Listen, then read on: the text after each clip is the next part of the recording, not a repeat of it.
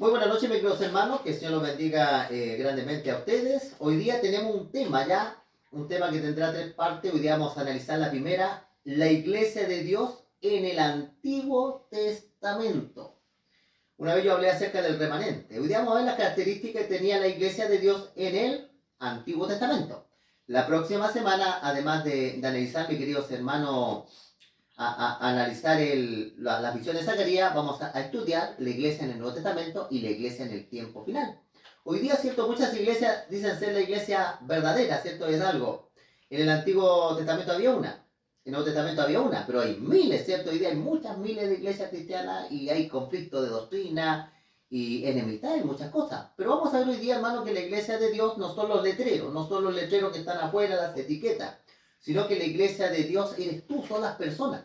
La Biblia dice que para ver iglesia de Dios tiene que haber por lo menos dos. Jesucristo dijo, donde hay dos o tres reunidos en mi nombre, ahí estaré en medio de ellos. Es decir, que si hay dos, uno no. Uno no es iglesia. Si no, tiene que haber dos, tres. Y ahí se va formando, ¿cierto? Porque la palabra iglesia, eclesía, significa los que se congregan para adorar a Dios. Es decir, que la iglesia de Dios son los que adoran al Dios creador, al Dios de la Biblia, mis queridos hermanos. Hoy vamos a ver las características que tenía la iglesia en el Antiguo Testamento, ¿ya? Vamos a ver, mis queridos hermanos, que habían ciertas características que tenían. Si vamos a 1 Corintios capítulo 10, versículo 4, es importante que la iglesia sea dirigida por el Señor Jesucristo. Jesucristo guiaba a la iglesia en el Antiguo Testamento y Jesucristo va a guiar la iglesia de nuevo y va a guiar la iglesia por la eternidad y en el tiempo final.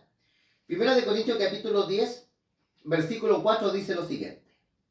Todos bebieron de la misma bebida espiritual, hablando de los israelitas por el desierto. Todos vivieron la bebida espiritual, la palabra de Dios, el Espíritu Santo. Porque dice, bebían de la roca espiritual que los seguía. Había una roca espiritual, y dice la palabra de Dios, y la roca era Cristo. Es decir, que Cristo guiaba a los israelitas por el desierto. Ahora, ¿cuál es la manera que Dios utilizaba? Jesucristo el Padre y Jesucristo utilizaba, y el Espíritu Santo, para poder guiar a los israelitas. Era la palabra de Dios, mis queridos hermanos. La palabra de Dios, antes de ser escrita por Moisés, se transmitía, mis queridos hermanos, de la boca de Dios, de Jesucristo, al profeta. Cuando los israelitas iban por el desierto, eran el profeta Moisés. Ahí Dios le decía al profeta Moisés, y él repetía no sus palabras, sino que repetía lo que Dios le había dicho. Hoy día, ¿cierto? La gran profeta y el profeta que tenemos es la Biblia, el Nuevo y el Antiguo Testamento. Si nosotros analizamos la palabra de Dios con el Espíritu Santo, con oración, y la estudiamos, ahí Cristo nos está conduciendo. Así que punto número 1, que la iglesia era conducida por Cristo. Ahora vamos a ver, hermano, que la iglesia de Dios tenía una promesa muy especial. Vamos a ir nosotros a Isaías. Isaías capítulo 9, vamos a ver que la iglesia estaba en espera de algo. La iglesia en el Antiguo Testamento estaba esperando la primera venida del Señor. Estaban esperando al Mesías que viniera. Es decir, que la iglesia del Antiguo Testamento estaba a la espera del Señor Jesucristo. Isaías 9, versículo 6 dice, porque un niño no es nacido. Dice la Escritura. Porque un niño no es nacido, hijo no es dado, y el principado, dice, sobre su hombro. Se llamará, dice, su nombre, admirable, consejero, Dios fuerte, Padre eterno, príncipe de paz.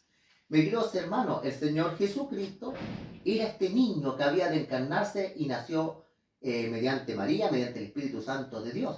Es decir, que la iglesia del Antiguo Testamento estaba esperando, mis queridos hermanos, la primera venida del Señor Jesucristo. Por eso es interesante que marque hay un paralelo con la iglesia del Nuevo Testamento. Hay cosas similares. Así que la iglesia era conducida por Cristo mediante su palabra y mediante el Espíritu Santo. Y vemos, hermano, que la iglesia estaba en la espera, estaba en expectación de la venida del Mesías. Pero vamos a ver ahora algo bien interesante. Vamos a ir a Deuteronomio. Dios también le dio algo como guía que era muy importante. Vamos a ir al libro de Deuteronomio. La palabra Deuteronomio significa segunda ley. Vamos a ir al capítulo 28. 28, versículo 1, vamos a ver que el Señor le dio algo muy maravilloso a ellos, ¿ya? le dio los mandamientos, los 10 mandamientos de Dios. Versículo 28:1 dice, acontecerá, dice, que si oyeres atentamente la voz de Jehová tu Dios, para guardar y poner por obra todos sus mandamientos, que yo te prescribo hoy, también Jehová tu Dios te exaltará sobre toda la nación de la tierra. El Señor a la iglesia en el Antiguo Testamento le da los mandamientos, mis queridos hermanos. San Pablo habló mucho de la ley, que los hombres no se salvan mediante la ley. Pero cuando Pablo está hablando que el hombre no se salva por la ley, como estudiamos en el libro de Zacarías, era el simbolismo, el sacerdocio y los ritos que Dios había dado, que no eran perfectos, sino que se cumplían en el Señor Jesucristo. Pero cuando San Pablo habla de la ley, está hablando, hermano, no de los mandamientos, porque los mandamientos fueron escritos por el dedo de Dios en letras de piedra, sino está hablando de la parte ritual que tenía la ley de Dios. Es decir, que si nosotros nos queremos salvar mediante, mis queridos hermanos, mediante ritos, estamos no. Ya los ritos del Antiguo Testamento ya no rigen, ¿ya? Sino comenzar el sacerdocio del Señor Jesucristo. Por eso muchos confunden la gracia. Muchas personas piensan que la gracia es sin obediencia, ¿me entiende usted? No, eso no es gracia. La palabra gracia significa un don, un regalo que Dios nos da a nosotros para poder, mis queridos hermanos, conseguir la salvación. Nosotros no podemos hacer nada para que nuestros pecados sean borrados. Solo Cristo, con la fe en Cristo, nosotros conseguimos la gracia y la salvación. Pero tenemos que tener fe. Pero después que Dios nos ha dado la gracia, mis queridos hermanos, tiene que haber obediencia. Él nos da, cierto, a nosotros el don de la gracia. Pero pues sin obediencia no hay gracia, hay desgracia. Porque la palabra dice claramente, mis queridos hermanos, Jesucristo dijo, no todo el que me dice Señor, Señor entrará al reino de Dios, sino el que hace la voluntad de mi Padre que está en los cielos. La ley de Dios, mis queridos hermanos, es un espejo que no muestra nuestro exterior, sino que muestra nuestro interior. Y de ahí la ley, mis queridos hermanos, nos lleva, no hay que confundir, la Biblia dice que la fe nos lleva a Cristo, pero la ley es un espejo que nos lleva a la fe y nos lleva al agua espiritual para que nuestros pecados sean borrados. La sangre de Cristo es lo que nos borra los pecados, pero necesitamos el espejo para mirarnos, mis queridos hermanos.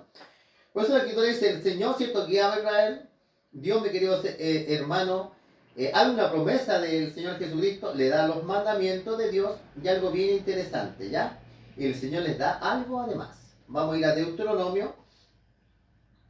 Vamos a ir a Deuteronomio 25. Le da algo bien importante. Deuteronomio capítulo 25, 8. Vamos a leer, mis queridos hermanos. Deuteronomio.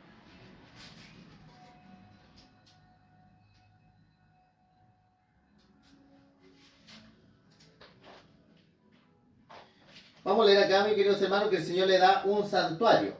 Le da un santuario para que los israelitas puedan adorar. En el Antiguo Testamento, mis queridos hermanos, dice de que el Señor, en su palabra, de que Israel se le mostró un diseño de un santuario para que ellos pudieran, hermano, ahí tener, el sacerdote podían oficiar. Ese santuario, mis queridos hermanos, que Dios le dio a los israelitas, representaban todo el ministerio que se iba a representar en el Señor Jesucristo. Vemos nosotros que en el santuario que le dio tenía un patio. El patio se encontraba el altar de los sacrificios. Eso representaba la muerte del Señor Jesucristo. Después se encontraba la palangana con agua, que eso representaba el bautismo. Después el sacerdote entraba en el lugar santo.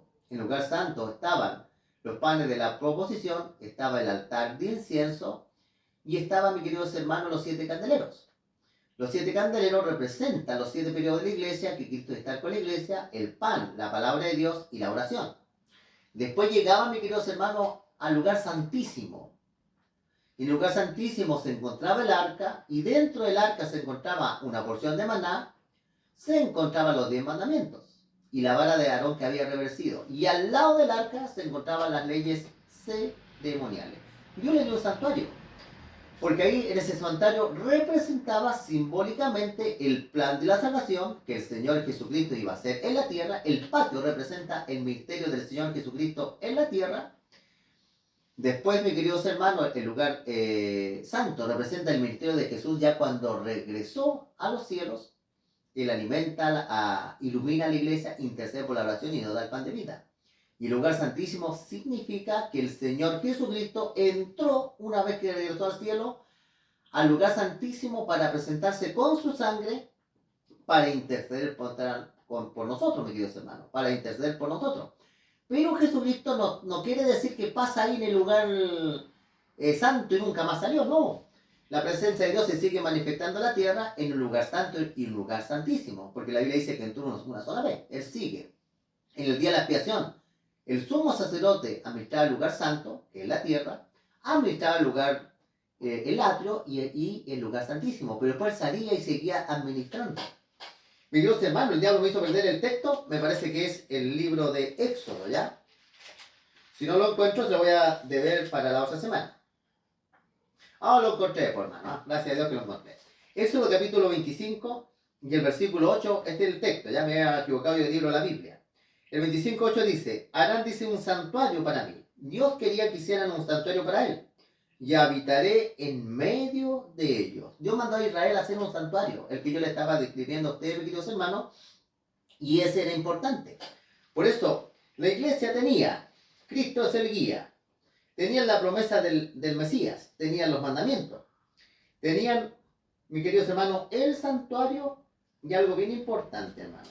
La iglesia solo creía en la palabra de Dios. Nosotros, hermanos, quizás alguna iglesia tengan algunas características de esta, ¿ya? Pero algo bien importante. La iglesia de Dios solo cree en la palabra de Dios. ¿Por qué? Porque resulta, hermano, que lamentablemente uno no puede creer que hay libros que también son palabra de Dios, que siguen la continuidad de la palabra de Dios. No, eso no. Porque hay acá, hermano, en el libro de Apocalipsis, hay una advertencia del Señor Jesucristo y es bien clara. Aquí en el libro de Apocalipsis capítulo 22, versículo 18 dice, yo testifico, dice, a todo aquel que oye, dice, las palabras de la profecía, de la palabra de Dios, la Biblia, de este libro. Si alguno dice, añade estas cosas, Dios traerá, dice, sobre él las plagas que están escritas en este libro. Así que la Biblia, hermano, el Nuevo y el Antiguo Testamento, es el libro inspirado por Dios. Quizá un pastor puede escribir libros acerca de doctrina, de su experiencia, pero no podemos decir que esos libros Dios se los reveló, Dios conversó con él, como los profetas del Antiguo Testamento, ¿no? Porque la Biblia dice que a la Biblia no se le puede añadir, mis queridos hermanos. Por eso todos estos aspectos, hermanos, son interesantes, cómo se caracterizaba, ¿cierto? La iglesia de Dios. La iglesia de Dios adoraba a un solo Dios. Hoy Israel, Jehová nuestro Dios, es uno. La palabra cuando habla que Jehová Dios es uno, aparece la misma palabra que por el matrimonio. El hombre y la mujer serán uno. La palabra Dios en hebreo es Elohim y significa dioses. La palabra Dios, mis queridos hermanos, nos habla acerca de la unidad de Jesucristo con el Padre, que son eternos, y el Espíritu Santo, que es el poder de Dios. Eso es lo que es el Espíritu Santo, mis queridos hermanos. Es el poder de Dios, como hemos estudiado en otra ocasión. Hermanos, que el Señor los bendiga en mi deseo de oración. Recuerde, la otra semana vamos a seguir analizando las visiones de Zacarías. También los hermanos de nuestra iglesia me dejaron un encargo, hermano, para ustedes. Tampoco quiero ser invasivo, pero me dijeron, ¿por qué no le da la dirección de nos juntamos nosotros? Bueno, si alguna vez alguien quiere venir a visitarnos, no es necesario que se queden con nosotros, porque las ovejas son de Cristo. Nos encontramos el 11 de septiembre con Valparaíso. Nosotros nos reunimos, no tenemos templo, nos reunimos en un pedacito de un gimnasio que tengo yo, mis queridos hermanos. Si algún día quieren venir el sábado, de 11 a 12, una horita, la voz del desierto está acá, en las compañía alta, ya, de 11 a 12 el sábado. Que el Señor los bendiga, mis queridos hermanos, en mi deseo de oración. Y vamos a hacer, ¿cierto?, una oración para que Dios nos acompañe. Los hermanitos, ¿cierto?, que iremos a hacer un culto el día sábado, el día domingo no es pecado, todos los días son de Dios, pero alimentémonos, ¿cierto?, tengamos el modelo del Antiguo Testamento. Y después vamos a ver la semana cómo era el modelo del Nuevo. ¿Lo cambió Dios? ¿Lo cambió Dios? Algunos dicen, no, si el Antiguo Testamento habla de una cosa, ahora las cosas cambiaron, pero vamos a ver en la vida si realmente cambiaron. Vamos a inclinar el rostro y vamos a orar, hermanos. Padre bendito que estás en lo alto de los cielos, Señor, te damos las gracias, que tenemos tu palabra, Señor. Hay almas, Señor, durante las semanas que escuchan tu palabra. La iglesia no son logros personales ni metas personales, sino que es tu obra, Señor, las ovejas son tuyas. Nuestra única labor, Señor, es predicar y entregar el mensaje, Señor. Tú haces crecer la semilla del corazón de las personas. Te pedimos todo esto, Señor, en nombre de tu Hijo Cristo Jesús. Amén. Nos vemos, mis queridos hermanos.